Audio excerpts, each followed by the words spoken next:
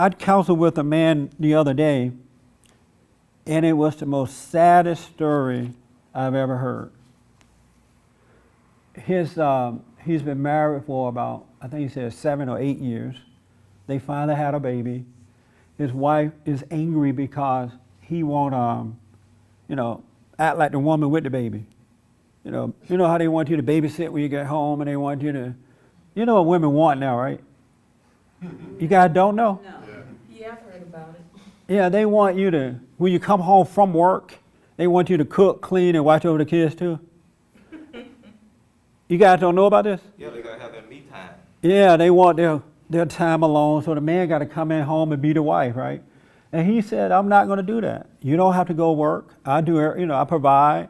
I take care of the manly stuff around the house. Why can't you watch over the kids and keep the house going? And she is so angry at him that the other day she called the cops and told them that he had molested her child. And now he is just torn up, don't know what to do about it. Because when they say that about you, what do? The laws are against men. Women just have to say it. But she only said it because he will not do the woman thing at home. That's why she said it, and she knows that she can get away with saying it. Now he got to leave his home. Now he got to prove that he didn't do it. He didn't do this. And I'm hearing these kind of stories all the time. And yet there is no outcry about the destruction that women are bringing. It's like, let's just do more and more, give women more and more power, and it's okay. But this is the only place that we're hearing this. What you're saying is not out there in the world. Right, that's what I'm saying. Why are everybody so quiet about it? Why is it that the men and women of God, even the women should be upset? Like, no, this is not the right way. Women of God should know the right way, and they should not agree with what the secular women are trying to do. Those women hate men. They got issues. And so if women believe in God, they should be a shining light for those women that can't find their way, but they're going along with it too. Which tell me, what? They're not women of God. And the men are not men of God either. They're absolutely not men of God. They may know the Bible, they may be nice, but they're pathetic, nothing men. They're of the devil. Because you can't be of God and be afraid of truth. You can't be of God and sacrifice your family to the world. You can't do it. Because the battle is a spiritual battle between good and evil. Yes, ma'am. I agree with you, but I think because you talk about men and women of God, Yes. but we talk all the time about how the churches are actually brainwashing. So where are the men and women of God? Okay, Yeah. In places like this and a few other places, and I think those of us that know better, we deal with people on one-to-one. We're not out, dealing with the world. But I know for me, on my job, there's a couple of young ladies that are doing some crazy things. And I talk to them all the time and try to encourage them and tell them, which way to go. My son called me this morning and asked me, I said, you're a man, you need to be here with your children. Yes. So I think on a small scale we're doing it. I hear you say we need large scale, but where are the large scale Christian people? I think we're here because we were in places where we thought It didn't work, yeah. It's not working out there. Well, what you have to realize, even in your environment, at work, at home, at play, if you are honest with one person and that person changed as a result of truth, you reached 1,000 people. Right. And they're going to pass it on and pass it on. So you don't necessarily need, a radio show or large, they're just a setup in the mind. Right. You just need to be honest in where you are, be that living example, because God has already made it clear to us that most people are not going to accept it. Only a few are going to find that straight and narrow path. And those are the ones that you're trying to reach. I celebrate when one person wake up, because I know that person is going to affect another one. Everybody's just not going to do it. We're just going to have to let them die out. We're just going to have to be patient and wait and let them die. Don't feed them. Let them die. And nothing else. That's what they had to do for the 40 days and 40 nights in the wilderness. He let them die. 40 years. 40 years. He let them die out. Now you say, let them die out now. Oh, that's me. That's a woman's way. A man say, you know what, son or daughter, if you don't get up and go work, you're going to die. And mama say, oh, don't let him die. I'll feed him. You know, and raise a monster. But we got to be strong in what we believe. What it is, we need to be born again. People need to be born again. They don't know, they know about him, but they don't know him. And that's the problem. Because when you have perfect love, it casts out fear. Look at the world around you, folks. It is not working. Look at the black. If you want to know what not to do, let's say you don't know God. And you want to know what not to do, just look at the black community. They are a perfect example of what not to do. Don't have your children out of wedlock, you see what can happen. They're going to end up in jail, homeless, on drugs, disrespecting the elderly. They're going to repeat the cycle over and over again. It's already set out for you. So if you don't know God, you have an example of what not to do. Don't follow the preachers. Look at the black community. Everybody loves Deacon so-and-so and evangelist so-and-so and Reverend so-and-so. They call them by names like that. They don't even say their real names. Well, Deacon Leon Jones told me this. Is that his name, Deacon? That hasn't helped the black community.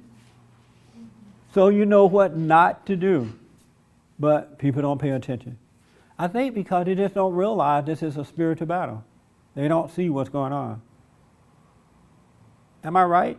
What you do is that you live upright and you tell the truth. That's all you really have to do. You protect your family. Don't sacrifice them to the world. You teach the next generation not to have children out of wedlock. Get married and do it the right way. You start where you are by telling the truth. It's the truth that's going to set you free and keep you free. That's all. And the truth has power within it. It really does. It works. But you got to be of it. You need a new nature. You have to be of truth. And so you're not shocked by the world around you, you know, when you see this stuff going on. And you see how to overcome it by simply telling the truth. It's just that simple.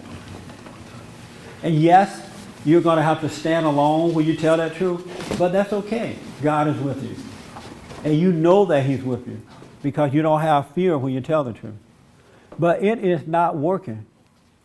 To destroy masculinity, to put out the light of God in the homes, in our community, is not working. It's not working for the blacks or the whites or anyone else. And we're headed down a hill of destruction. And yes, you may have to end up losing a few things. Maybe you won't get the money or you won't get this, but God will still take care of you. He really will. Don't worry, he's in control of everything. Everything belongs to him. And he's going to take care of it. He's going to treat you better than you treat your own kids. He's not going to sacrifice you to the woman, but you'll sacrifice your child to the woman. But he's not going to treat you that way. Don't worry, he'll take care of you. But you need to know him. You need to be born again. You got to get over your anger. You got to get over your anger so you can overcome fear. And then tell the truth. Wherever you are, just be honest. And you don't pounce on people, you just tell the truth. No, this is the way it is. Oh, you hate women. You hate the gays. You hate this. Yeah, whatever. Here's the truth. And go your way. And then God will protect you and your family. Do not sacrifice your boys to this stuff that's happening.